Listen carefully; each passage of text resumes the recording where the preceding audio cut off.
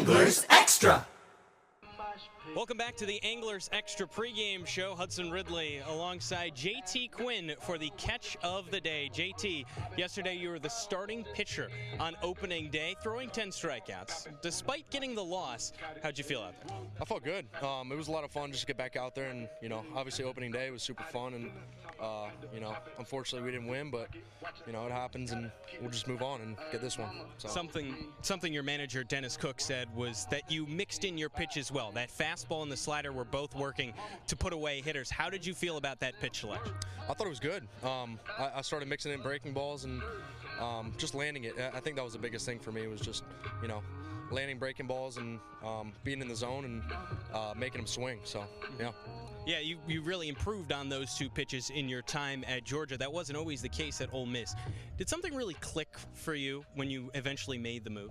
Yeah, I think so. I think just a lot of it was just mechanics and figuring that out, and that helped me just get everything in the zone and made hitters swing, and good stuff happens when that happens. So, yep. And then your ERA, really, from your time at Ole Miss, just kind of dropped all the way. Went into the decision to move SEC schools. I mean, that's not an easy decision to make. Yeah. I just wanted to go someplace where I could just have a fresh start and, just compete at the highest level. And so I did that, and, keep going. Yeah. Do you feel like, that ended up giving you that fresh start that you really needed? Yeah, 100%.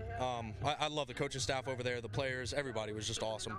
I went to Ole Miss, and that was awesome too, but Georgia was just great, and just a good move for me. And now you have a few teammates out here. You mentioned that relationship with the teammates. What's it been like to have them here with you? Yeah, it's nice. I love meeting new people and stuff, so, playing with everybody else, and it was a lot of fun, and now I got the boys out here too, so it's pretty cool. Of the guys you've met so far on this team, who have you really clicked with the most? My catcher, Noah Miller, he was good. We got a bunch of the guys.